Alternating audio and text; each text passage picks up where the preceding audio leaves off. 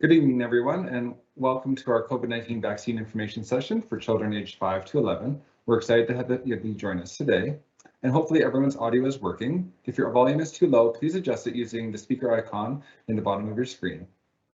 My name is Scott Flua, and I'm one of the managers here in York Region Public Health's Infectious Diseases Control Division, and I'll be facilitating today's information session. I've worked with York Region Public Health since 2007 in a variety of public health areas, including the Control of Infectious Diseases and Outbreak Management Program, and most recently as our Planning, Operations, and also Communications Chief within the COVID-19 pandemic response. I'm also a father of 2 children under the age of 11, both of whom have been vaccinated. And my family and I have kept active this winter skiing often as much as we can to make up for last season's closures. And while vaccination is not required to ski, it's been required for the past number of months to enjoy some of the on-site amenities at ski resorts.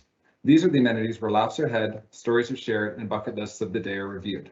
And similarly, helmets aren't required to ski, but putting on our skis means wearing our helmets. We don't expect to fall, nor do we expect to get COVID-19, but in case either happen, we have the protections needed to keep the risk of serious outcomes low. I'm happy to be here today to lead our panel as they answer your questions, parent to parent, about COVID-19 vaccinations for children. I'd like to begin today's session with our land and ancestral acknowledgements. Using and participating in a land acknowledgement is a way to recognize the enduring presence of resilience of Indigenous and treaty peoples in this area. They are also a reminder that we are all accountable to these relationships and have a part to play in reconciliation. We acknowledge the land we are meeting on today is the traditional territory of many First Nations, including the Chippewas of Georgina Island and the Mississaugas of the Credit. These lands are now home to many diverse Indigenous peoples. We also acknowledge that York Region falls under Treaty 13 with the Mississaugas of the Credit and the Williams Treaties with several Mississauga and Chippewas First Nations. Before we get started, I want to keep a few housekeeping details in mind. Please note that this meeting will be recorded. Only the speakers will have their microphones on. Your microphones and cameras will remain off for the duration of the webinar. If you're having trouble hearing me, please use the speaker option to edit your volume. As residents of York Region who care for children between the ages of 5 to 11, you've had an opportunity to fill out a survey that assessed your feelings about children's COVID vaccinations. Nearly 15,000 of you responded, and we've read every single response. So thank you for taking the time to answer our questions and share questions of your own. We know there's a lot of information circulating that may be confusing. The team of medical professionals that stand with me here today are very well versed in vaccinations and will be answering your questions tonight. During this meeting, you'll have an opportunity to ask questions. Questions will be gathered and sorted to avoid duplication and ensure the best possible response can be provided. Although your name will not appear on the screen to attendees, producers and presenters may have access to that information. To ask a question, select Q&A on the right-hand side of the screen, type in your question in the compose box, and then select send. Questions will be screened by the moderator and posted to the presenters. It's a good time to remind everyone to please be kind and respectful when using this chat feature in an everyday life. Hopefully today you'll walk away with good insights into COVID vaccines for children and feeling confident to make the right decision for your own children. Apart from my update today on York Region's COVID vaccine rollout and some of the details around children's vaccinations to date, you'll hear from several medical health professionals. Dr. Gary Pecos, York Region's Medical Officer of Health, who will provide a high-level overview of the current status of vaccines in York Region and the benefits of vaccination. Dr. Pecos became York Region's Medical Officer of Health in November of 2021. In addition to his role as the Medical Officer of Health, Dr. Pecos practices clinically in urgent care and emergency medicine, is also a professor at the Dalla Lana School of Public Health at the University of Toronto, and he's the father of 5 daughters, aged 7 to 15. As someone with 2 daughters, I can only count his blessings. I would also like to welcome Dr. Amanda Adams, a community family physician and staff physician at Oak Valley Health. She's also a mother of 2. Dr. Adams will be providing insight from the primary care perspective on the decision to get vaccinated. Here also today with us is Dr. Charmaine Van Schaik, a pediatrician and co-medical lead of the COVID-19 Vaccination Committee. Dr. Van Schaik is also a physician leader for quality and safety in the maternal child health program at South Lake Regional Health Center. She's the mother also of 5 children. And finally, I'd like to introduce my colleague, Katie Wickham, a York Region public health nurse at the Regional Municipality of York, who will walk you through the experience of vaccination at our clinics. Katie is a mother of 3 who's been managing COVID-19 vaccine clinics since their inception. As you can see, the common theme of our speakers here today are healthcare professionals who are also parents, and there are 17 children amongst all of us. I'm going to start off by sharing some information on vaccinations in York Region to date before we get to our esteemed panel. In York Region, the rollout of COVID-19 vaccines officially started at the end of December of 2020. Since then, as we have followed the eligibility criteria, we've administered over 2.1 million vaccines with over 84% of residents aged 5 and older fully vaccinated. We began vaccinating children between the ages of 5 to 11 on November 27, 2021, with the pediatric vaccine manufactured by Pfizer. As of February 17, 2022, 61% of children aged 5 and older, or ages 5 to 11, have received their first dose, and about 31% received their second dose, as they only recently became eligible for their second dose. Based on recently available data, 54% of children received their first dose in Ontario, 56% of children have received their first dose in Canada, and 32% of children have received their first dose in the United States. So we're doing very well in that regard. The work to date and in the months ahead would not have been possible without the help of many key partners, including our hospitals, pharmacies, paramedic and senior services, the police, transit, school boards, municipal partners, and community organizations. In York Region, vaccines are available to eligible people through fixed locations, primarily in community centers, hospitals, pharmacies, and our mobile pop-up clinics. First, second, and third or booster doses are available in our walk-in clinics. Our website, available at york.ca/COVID-19 vaccine, is your trusted go-to source for detailed eligibility information and to find information on walk-in clinics or how to book your appointment. If anyone needs help booking an appointment, you can call Access York at 1-877-464-9675 for assistance, and translation services are available at this number. I know that many of you have questions about getting your children vaccinated, and the esteemed panel of health professionals here today with me will help answer your questions. We also strongly encourage you to speak with your family physician if you have additional questions after this session. Finally, you can also contact York Region Public Health Nurse by contacting York Region's Health Connection number at 1-800-361-5653. And all these contact numbers and details are on the slide. Finally, you can also book a telephone appointment with a pediatric nurse at Sick Kids Hospital through their vaccination consultation services. And details of this information can be found on our website at york.ca/COVID-19 vaccine info. Vaccines are not mandatory, but they're highly encouraged for all those who can get one, to protect yourself and to protect others.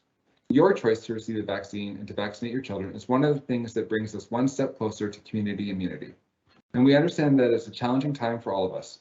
We're here today to help answer your questions in a professional and respectful environment. And as a community, we expect the same in return. When you visit a vaccine clinic, speak to a healthcare professional, frontline worker, or even your own family and friends, remember that it's easy to be kind to one another. We've all faced our own struggles throughout this pandemic, and kindness and understanding go a long way. I'll now welcome our York Region's Medical Officer of Health, Dr. Barry Pecos, to provide some comments.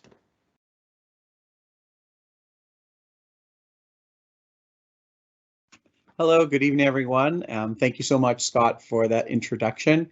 My name is Barry Pecos. I'm the Medical Officer of Health in York Region, and was already noted, I'm also a parent and a clinician, and I've been doing work on vaccine communication, vaccine hesitancy for 10 or 15 years now. So for that reason, I'm really thankful that 15,000 of you, which is really incredible, completed the survey to help inform, to help us better understand your questions and concerns. And I hope you come away today with the answers that you need. And we have a terrific panel today, and I'm just going to get us started very briefly answering a few questions. It has been a very long pandemic for each of us in very different ways. As you can imagine, my bottom line today, and something you've heard many, many times, is that our vaccine campaign, whether it's for elderly, for adults, for teenagers, and now for children, has really been the reason that we've done so well in York Region and Ontario, and it remains the best way to protect yourself, your child, and help us all get back to normal more quickly.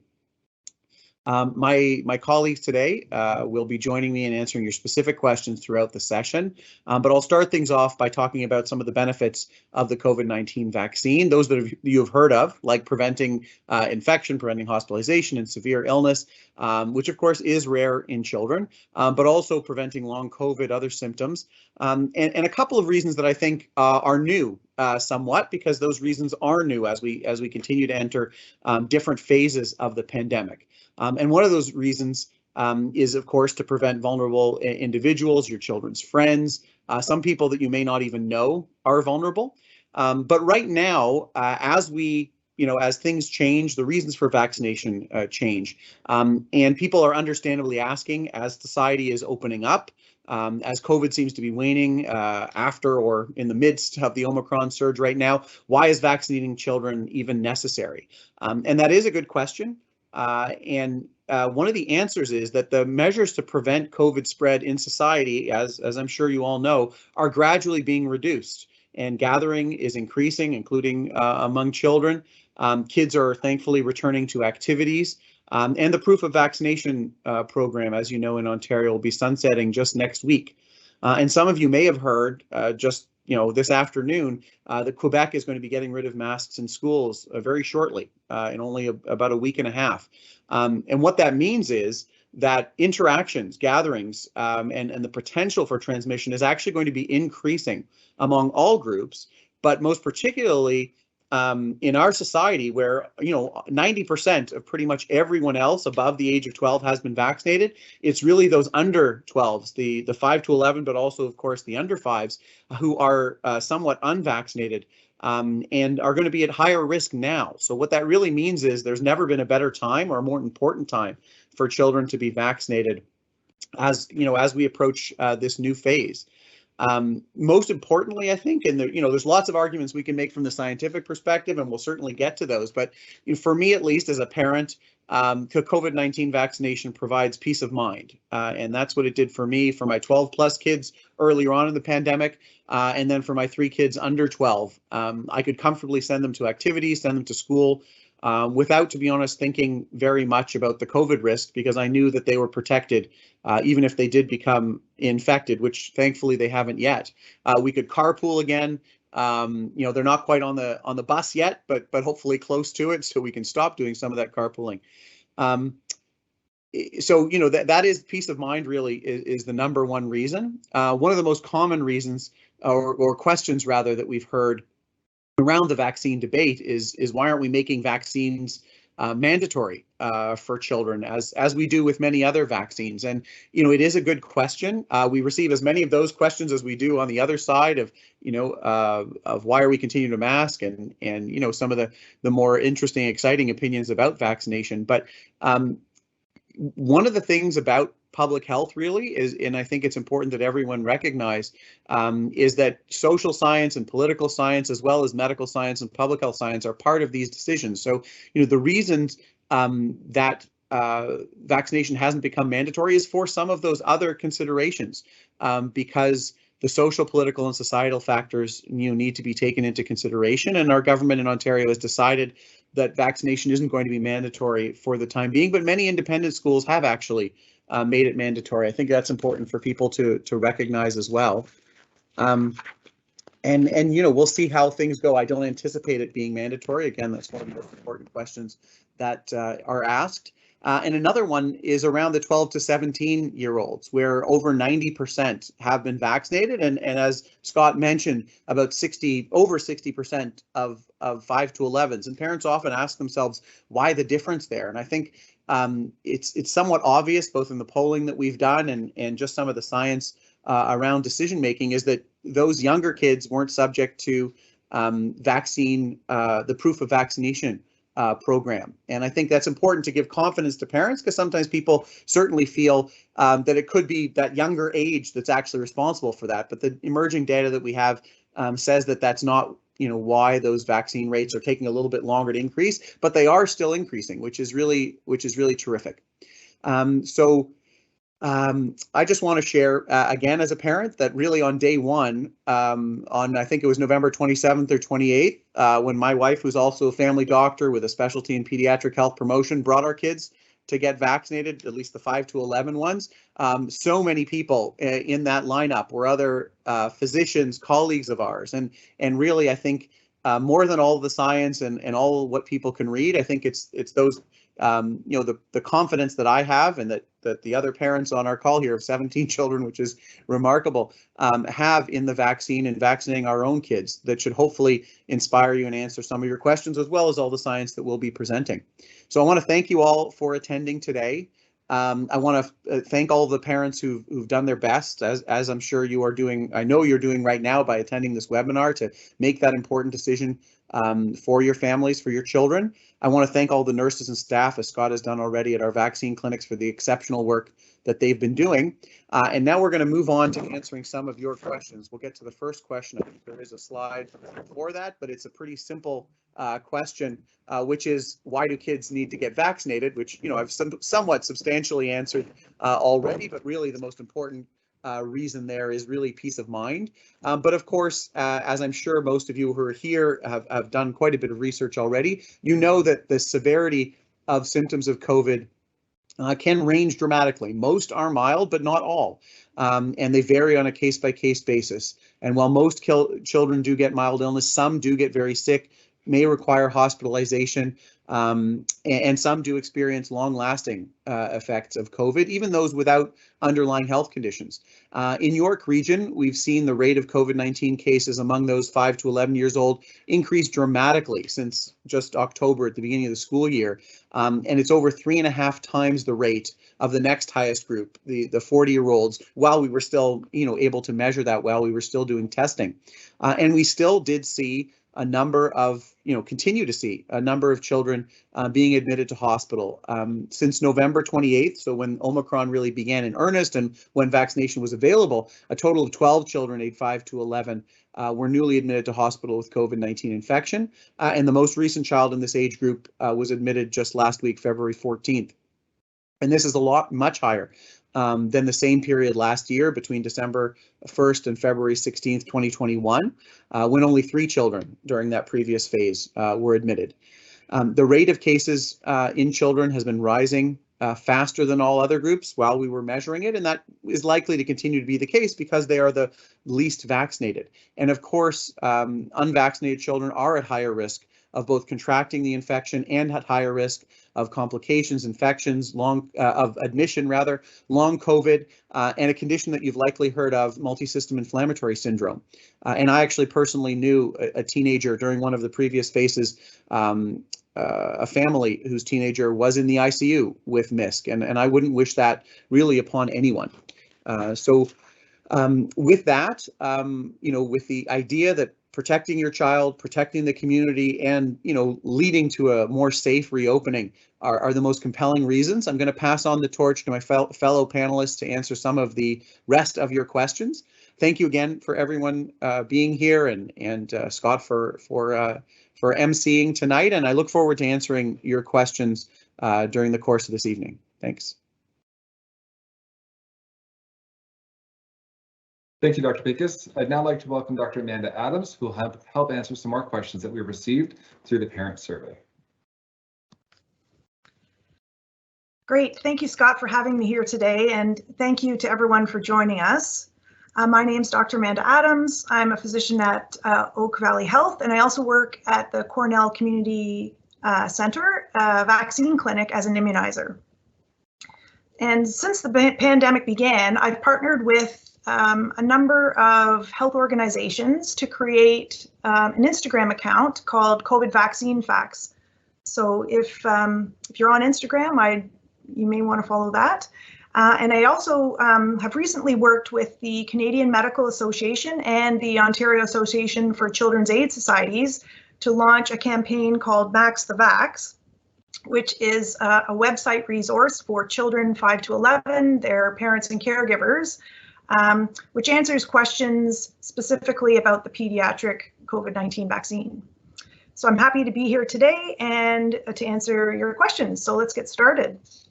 So the first question then, as is mentioned, is my child at risk of myocarditis or pericarditis from the COVID-19 or the vaccine?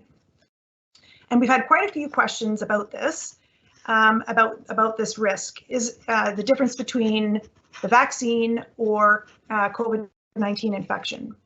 And so just to explain, myocarditis is an inflammation of the heart muscle, and pericarditis is an inflammation of the sac around the heart's outer lining.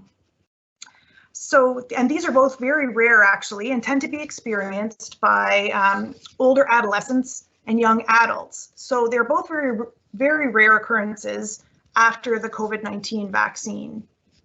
And we know that over 10 million children in Canada and the US have received the COVID-19 vaccine, and we've seen very few reports.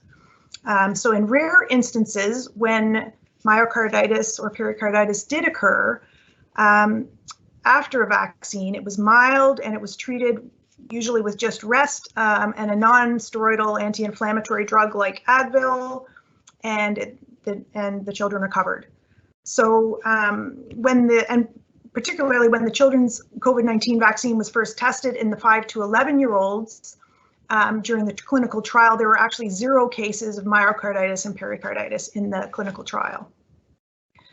So we know as the dosage of the children's vaccinations is much lower than the adult vaccination dose, the risk of myocarditis and pericarditis is therefore much lower as well. So in some cases, children can get myocarditis that can lead to multi-system inflammatory syndrome, or MIS-C, which was mentioned earlier by Dr. Pecos. And to elaborate, MIS-C is a syndrome that typically occurs 2 to 4 weeks after a COVID-19 infection. And it can start with something like a fever, a rash, swollen lymph glands, or conjunctivitis or red eyes. And some patients develop heart complications. And thankfully, most children who develop MIS-C recover without any chronic heart disease. And the risks to the heart and in the instance of myocarditis is much higher from developing COVID-19 infection than it is from the vaccine. So my next question was, are my children at risk of fertility side effects from COVID-19 or the vaccine? And really, there haven't been any instances or scientific reasoning that have shown that the COVID-19 vaccine can affect genetics, puberty, or fertility in children. So, and the next question, asking about long-term side effects. So excellent questions that have been asked. So what are the long-term side effects of the vaccine? So many of you asked, how confident can we be that vaccines work if we don't have any long-term data on the side effects and how effective they are? So I just wanted to let you know that actually mRNA vaccines have been around for decades and used for a variety of different vaccines, including the flu shot, Zika, the rabies vaccine, and some cancer treatments. So the technology is not new. And along with its usage, mRNA vaccines have been extensively studied for decades and have shown no long-term side effects. So negative side effects generally we know occur within about 6 weeks of receiving a vaccine. And the pediatric COVID-19 vaccine has been used now for many months with billions of doses administered around the world. So further to that, we know that Canada's vaccine approval system is rigorous and is supported by extensive studies, and the same vaccines that have been approved in Canada over the last several decades underwent the same approval process as the COVID-19 vaccine. So the long-term risks of COVID-19 infection is much more concerning and is a much greater risk than the vaccine. So the virus we know can cause long-term damage to the lungs and other organs, and as well as consider this new long COVID that we're learning more about now. So I would encourage you to speak with your family physician if you have any further questions about the side effects or safety, as every child is unique and your family physician will know your child best in that regard. So we are all here to help make you feel as comfortable as you can when making the decision to vaccinate your children. Thanks. Thanks so much, Dr. Adams. That was really helpful and informative. I'd now like to introduce our local pediatrician, Dr. Charmaine Van Schaik, who will be answering your next couple of questions. Thank you, Scott. It's a pleasure to be here tonight and join this group of panelists to speak to the parents of my community about COVID-19 vaccines for kids. As Scott mentioned, I'm a pediatrician at Southlake, and I hold the positions of the physician leader for the quality and safety programs and the maternal child program, as well as the co-medical league on our vaccination committee. My career interests have been passionate in many areas around all things that children need medically. Additionally, I'm a proud mother of 5 wonderful children, and so you can see my interests extend beyond the hat I wear as a pediatrician. I'm happy to be here tonight and answer your questions, and so let's proceed with some of those. The first one is, can I just protect my children with vitamins, exercise, and immunity from a previous infection? So to start, vitamins, daily exercise, and eating eating well are always recommended to stay healthy, both mentally and physically. When looking at our immune system and how a vaccine can strengthen our immune system, it's important to remember the following. Immunity from a previous infection and immunity from a vaccine are both ways your body learns how to protect against disease. When people contract an infection, they develop antibodies that are a key to recognizing and fighting the same infection as if they were encountered again in the future. Immunity from an infection will decrease over time. It also means that in order to develop these antibodies, you need to get infected first, which has a risk of developing serious health complications, as we alluded to earlier. You can achieve immunity against COVID-19 without getting infected if you get vaccinated. The difference here is that the vaccine instructs your immune system on how to develop those antibodies without getting sick. The additional vaccine doses that are given help your body to build a stronger immune response. The antibodies will circulate in your body for a longer period of time than it would from the previous infection.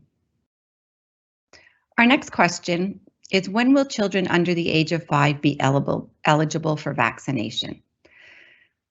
At this point in time, Health Canada has not approved a COVID-19 vaccine for this age group, so we're awaiting instruction on this and equally keenly looking daily. Next question is, how do I best protect my children from COVID-19 before they become eligible? The best protection for children who are unable to get the vaccine is to get yourself and your other eligible family members vaccinated. The less virus that can spread, the less likely your children will become infected.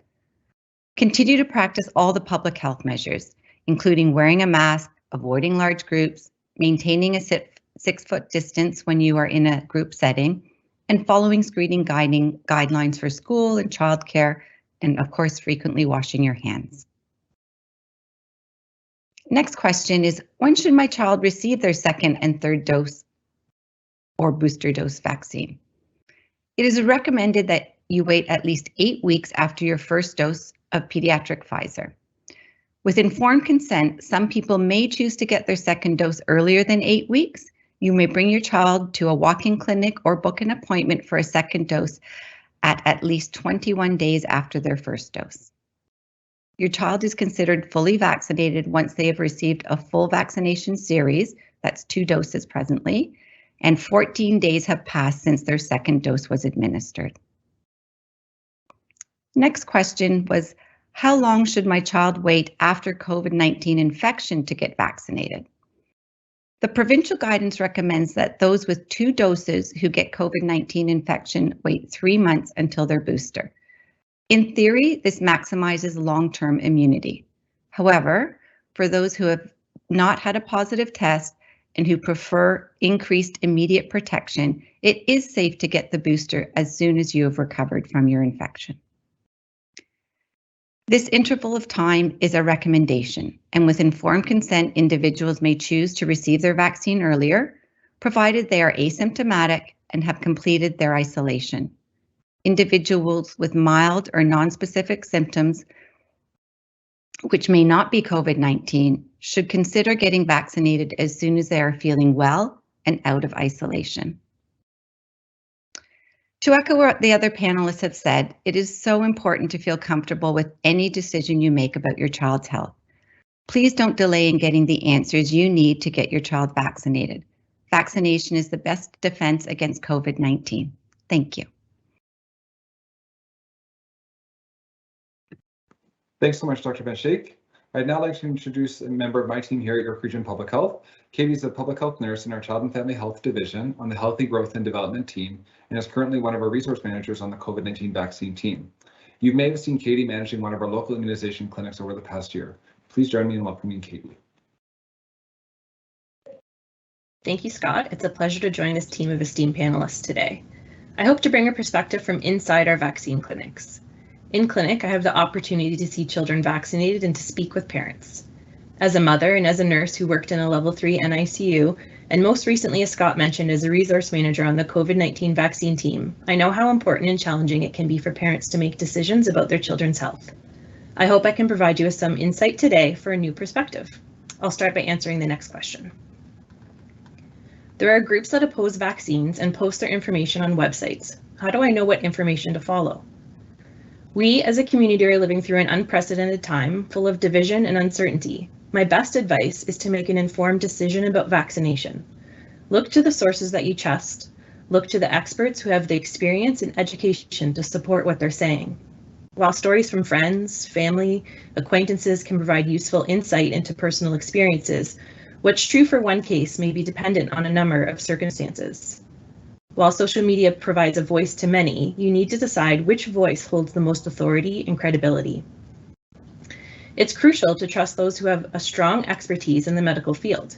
Here's a list of some of the experts that we trust.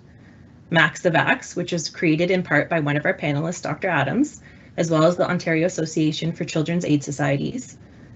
Another great resource is the Parent Homework, which was created by the leading children's hospitals in Canada, including Sick Kids, the Children's Hospital of Eastern Ontario, McMaster Children's Hospital, Holland Bloorview Kids Rehabilitation Hospital, the Children's Hospital at London Health Sciences Centre, Children's Mental Health Ontario, Empowered Kids Ontario, and Kids Health Alliance.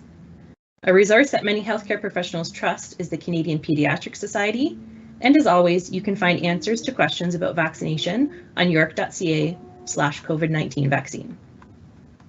Scott previously mentioned a telephone consultation service offered by Sick Kids. I want to highlight that as well, as this gives you an opportunity to have a conversation with a pediatric registered nurse specifically about your children. The next question is one that I can answer with my experience, as I've been a part of the COVID-19 vaccine clinic since the beginning. What can be done to make my child's vaccination experience safe and comfortable for them? We know needles can be scary for some kids and adults too. Every effort will be made to make the vaccination process as comfortable as possible for children and families. Our clinics are staffed with an amazing team of caring healthcare professionals whose goal is to make your vaccination experience go well. We know that most children do not enjoy receiving a vaccine, and for some, it's more complicated than just not liking getting a needle. Each person is unique, and we're able to use different techniques to help clients feel more comfortable and supported.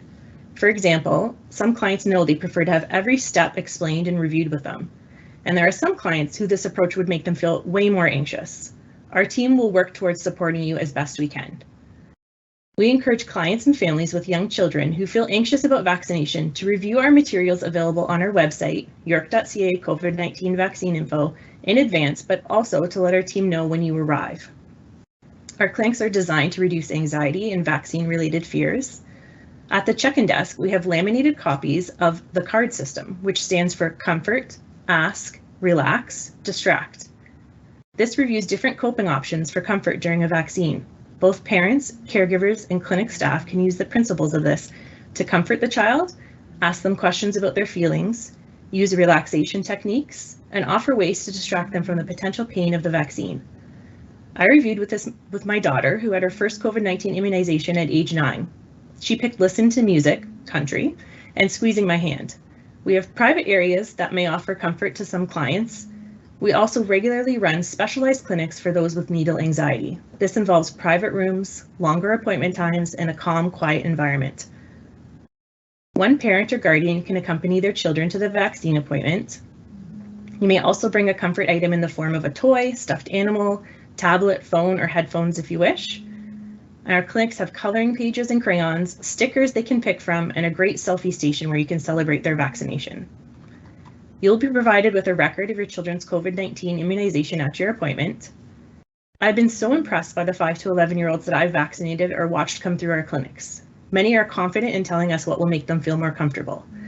I would just really love families to know that we try our best to make the process for kids go well. We've heard so often from parents and children that it went way better than they thought it would. Thanks again to everyone for joining us today, and I hope to see you in a clinic soon.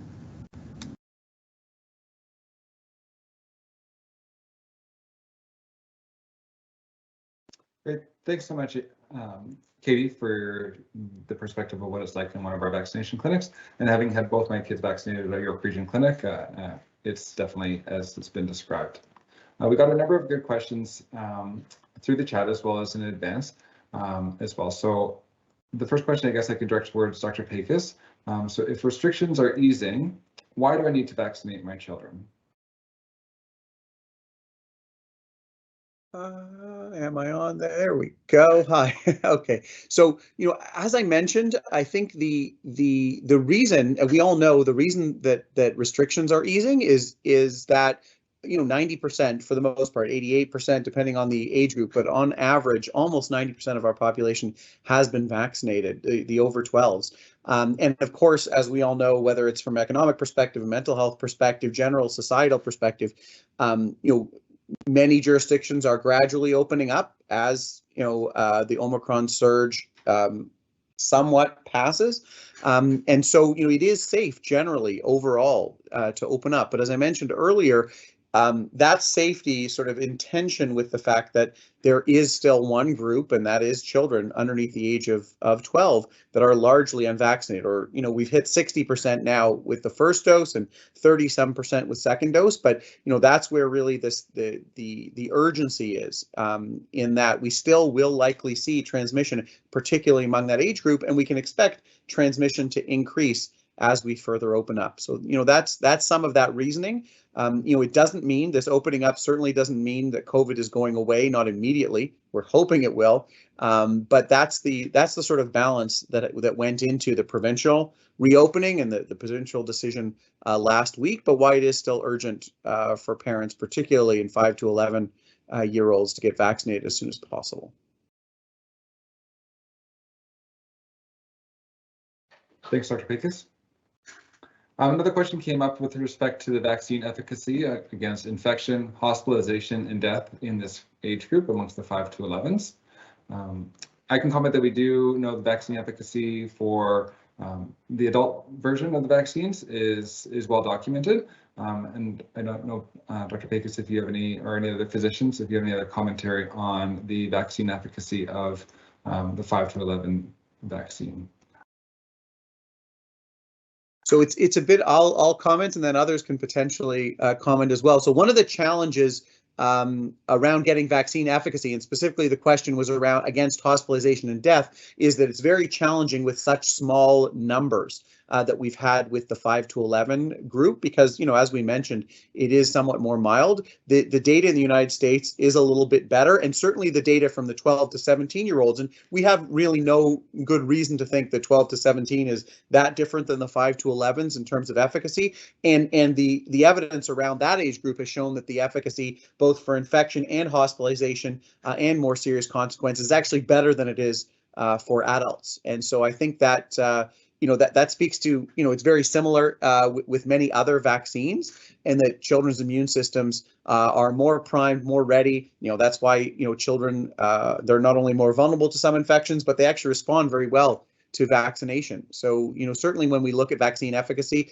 we can assume, and we have data to support that it's at least as good, if not really substantially better than in other age groups. But we are going to have to wait a little bit longer for specific data, and probably that's going to come from the States, and probably within the next couple of weeks to maybe a month.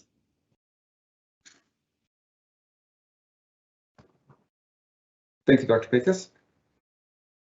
Will there be an Omicron specific vaccine developed?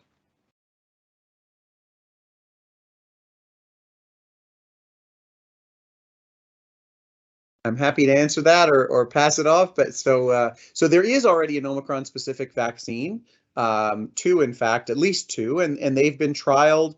But, I think the question is probably, are we going to need to get another vaccine? And I think the answer to that is, personally, being someone involved in global health as well and recognizing the inequities globally, I would hope that the Omicron specific vaccine will go to regions of the world that haven't been vaccinated yet and that are at highest risk of really significant outcomes, both on the individual level and socially and on the population level.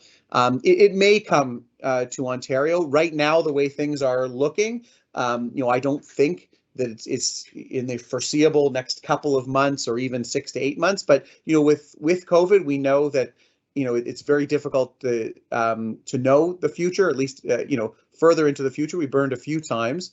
But I'm confident that the current vaccine, and we know because we have the good evidence that it protects very well. Might another vaccine protect even better? It's certainly a possibility, but we're really focused on the vaccine that we have right now.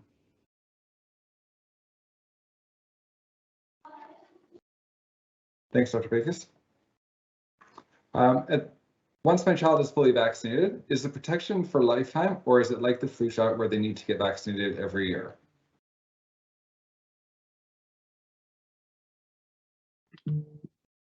I'm happy to take that one. So at the present time, we're not sure. The understanding is that the vaccination will likely not be for lifetime and may well be more similar to an interval like the flu vaccine. We're starting to obviously see that a little bit with the adults with the booster dose, but we're not sure with the children how that will play out. As Dr. Pecos just referred to, their immune responses are much, much stronger than the adults. And so the interval of time before the immunity wanes is much longer. So we'll have to wait and see on that front, but the research is being done at the present time for us to consider that. Great, thanks so much. There's two questions here related to our clinic, so I'll direct the question to Katie. Are there any plans to send trained staff to schools to arrange for kids' vaccination without the need for them to visit a clinic? And also, is it common to faint after the vaccine, as I've seen, as there's been reports of individuals fainting at the clinics? Sure. So the plan for school clinics is we have trialed a school clinic up in Sutton, and it went well. And we do have plans for some more upcoming ones as well. So we are going to try it. We're targeting them in areas that have identified that need. So we do have a couple booked coming up. So if you check our website, it'll be there, as well as the information is shared with the school boards once we have those. So your school would probably email and share that information out. And then in terms of the fainting, we do sometimes see people have a response after having a vaccine. And we see it in all age groups. And to be honest, I would say probably the highest was that we saw it in was that 12 to 17 category where it would happen. Not as many with the little kids, the 5 to 11-year-olds. But the good news is when someone feels faint, they are quickly responded to and they recover really quickly, often having a little juice or something, and they usually are fine to sit up within a few minutes and feel much better. Some people just get really worked up coming in. It's nerve-wracking. I even noticed early on in the pandemic, some people really hadn't been out a lot. So coming to an environment where there were other people was kind of a little nerve-wracking for them. So a lot of times, people sometimes would identify in advance that they tend to faint. So we tried to get those clients to lay down for their vaccine. And sometimes it just happened and people didn't expect it. And they tell us afterwards, oh, they forgot to eat breakfast that morning. So just some things that can lead to it. But thankfully, people respond really quickly once we lay them down and they start to feel better right after.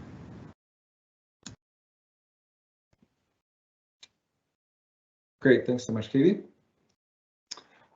Is there any of the physicians can comment on the vaccine for 0 to 4-year-olds and the reasoning for the current delay for the approval of this vaccine, or if there's any known expected timelines as to when the 6-month to 4-year-old vaccine will be ready?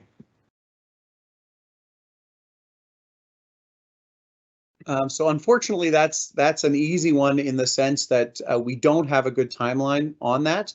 Pfizer did use a bit of a lower dose, and they're have made submission, and it certainly could come soon, and it's somewhat of an opaque process on that end. But our group in Ontario and NACI in Canada, who from a public health perspective we're connected to, we haven't got sort of a line of sight on when that's going to be either available, in the States or Canada, which may come a little bit later. So don't have a great line of sight on that right now. So, our best bet is to protect the 5 to 11-year-olds for now. And as soon as it is available, there's no doubt we'll, make it available and accessible to everyone who needs one. Yeah, I could add one thing to that, which would be that the Pfizer trial, they started with a 2-dose trial like they do for older age groups, and they used a 3 microgram dose, which is a lower dose than the 10 microgram they used for 5 to 11. And what they found was that it didn't produce the immune response they wanted. So we were expecting we may have some of the data already, but what they've asked Pfizer's decided to do is to do a 3rd dose. So that's why it's taking a bit longer for us to be able to get the data. And Moderna, we may hear some data from their trial in March or so. But basically it's not that there was a concern with the Pfizer vaccine in the under 5s, but just that it didn't produce the same the immune response that they wanted.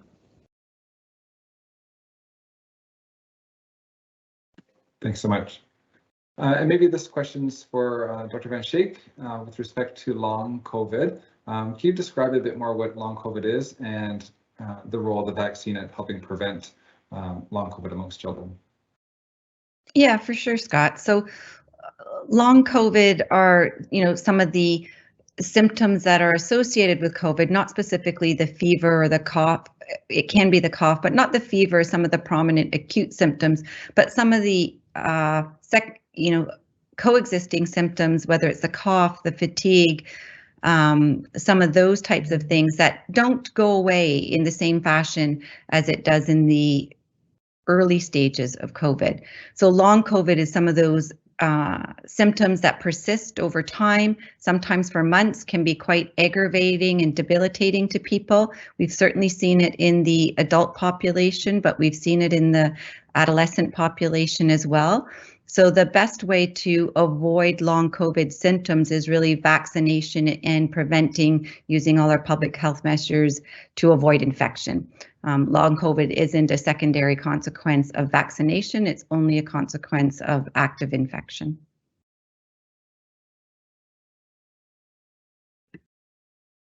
Thanks so much, Dr. Van Schaik.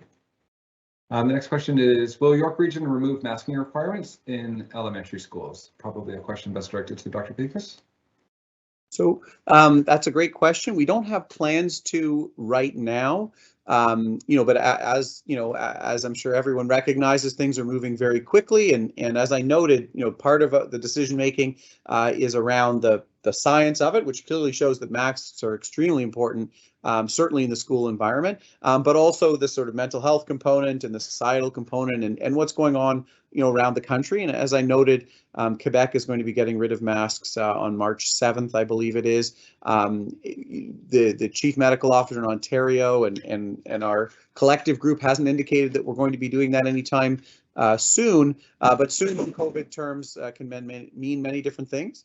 I do anticipate it will happen at some point. And what that really means is that really it's vaccination that's going to be the main protection for children, for anyone really, but especially for children, once masks potentially are no longer universal and cohorting may be less of an issue when gatherings can occur in school. So that does make vaccination all the more important than it has been until now.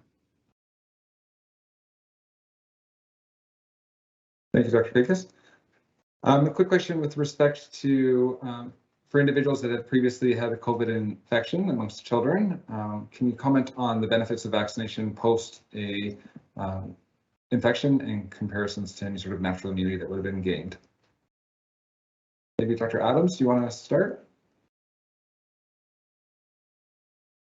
Sure. So certainly we do know that natural or COVID infection itself does provide some amount of immunity. It's still unclear exactly how long somebody is immune for after an infection. We do know that with vaccination, it's a more predictable response. We've been able to study that to know how long.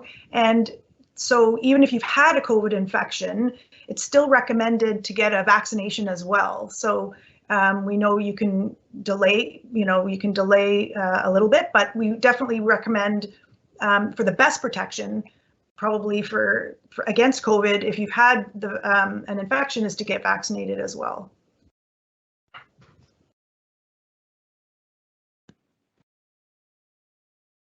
Thanks, Dr. Adams. Another question, can my child with allergies get vaccinated? I guess directly to you as well, Dr. Adams. Sure. Yeah, so that's a very good question. And we do know that children with food allergies or allergies to insect bites, those kinds of like venom allergies, it's absolutely fine for them to get the vaccine. And we know that, you know, the thing that we watch for is anaphylaxis, which is the more severe allergy after a vaccine. And that's why all children are kept for 15 minutes after their vaccine. And if they do have an anaphylactic allergy, then they should have basically a consultation with an allergist, and likely should not get another dose until they've had that. But we have had some definitely people that have had anaphylactic allergies or that have safely gone on, or we've watched to make sure to see if they can have another vaccine. Thank you, Dr. Adams. Another question for any of our physicians on the panel. Is Moderna really stronger or a better vaccine than Pfizer?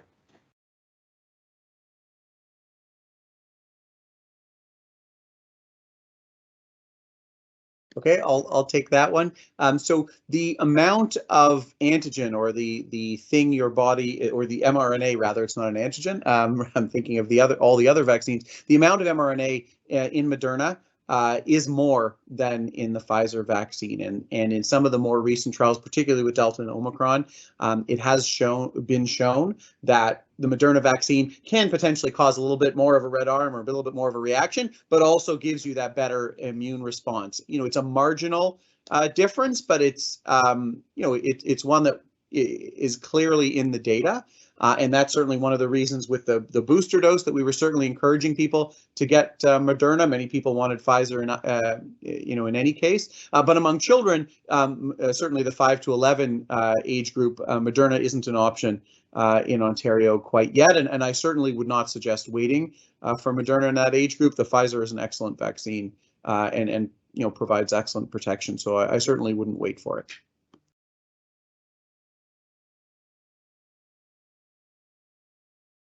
Thank you, Dr. Pecos. There is a question with respect to vaccines and expiry dates. So Health Canada extends the expiry date of vaccine. Is this something that parents should be concerned with when considering to vaccinate their children?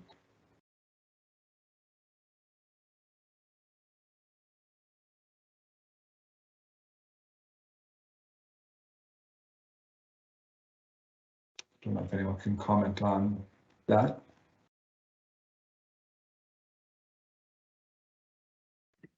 Scott, I can try and answer that. I think in general, we take our guidance from Health Canada and from NACI in terms of vaccination. So the authorities or the rigorous work that Health Canada does on the vaccine front looks at that more specifically. Being able to answer it directly based on their decision-making process, I can't do. But my understanding is that they look at that very rigorously, have very good standards around it, and we take their guidance on that.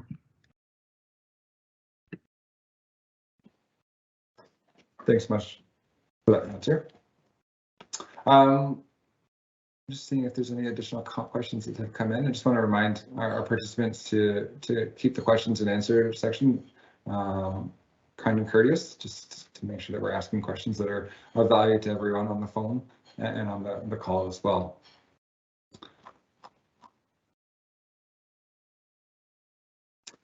Which vaccine will my child get if they're 11 years old and are turning 12 when they get their second dose? Hey, Scott, I'm happy to answer that question. So it's a question I get asked a lot. Should I wait till my child turns 12 to get vaccinated? My standard answer is no. Get your child vaccinated with whatever dose they are age appropriate for at the present time. Just to give a little bit of background, children who are age 11 at the time of administration get the pediatric Pfizer vaccine. Children who are 12 at the time of vaccination will receive the adolescent or adult Pfizer vaccine. So if your child gets the pediatric Pfizer vaccine being 11 for their first dose, if they turn 12 by the time they're due for their second dose, they will receive the adult or adolescent dose. And that has been well established, but not a reason, again, to delay getting your child immunized. So to wait for that adult dose. I highly recommend all the 11-year-olds get their pediatric dose.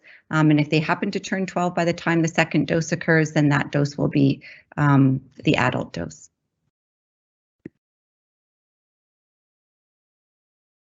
Great, thanks so much.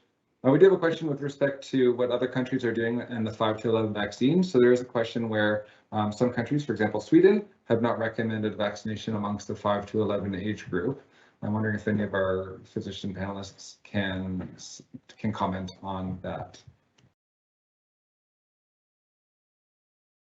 So, I think throughout the pandemic, and the others will have comments as well here, we often do look to other jurisdictions, and sometimes we look at them as as an indicator of what not to do. And I think Sweden is a good example where the death rates have been higher than almost anywhere else, and they've made some decisions with a bit of a different angle or focus, and in some ways it's worked for them, but in other ways, certainly if you look at death rates and a variety of other measures, it hasn't worked for them. The UK, Germany, Israel, Brazil, Peru, you can cite many of them, but throughout most OECD countries, or all really, with a couple of notable exceptions, the 5 to 11 vaccine campaign has gone ahead with quite good success. Ours in Ontario has been actually remarkable in its success. But I wouldn't hold Sweden to be an exemplar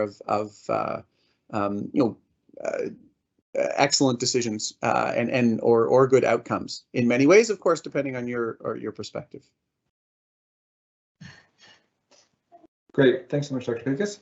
I'm just cognizant of time. It is 7 o'clock, so I would like to thank all of our speakers for their time and participation and expertise they brought to the table today. There is a lot of information available at york.ca, including several frequently asked questions, as well as the latest information on eligibility and everything you need to do to prepare your child for their vaccination, should this be a direction you choose.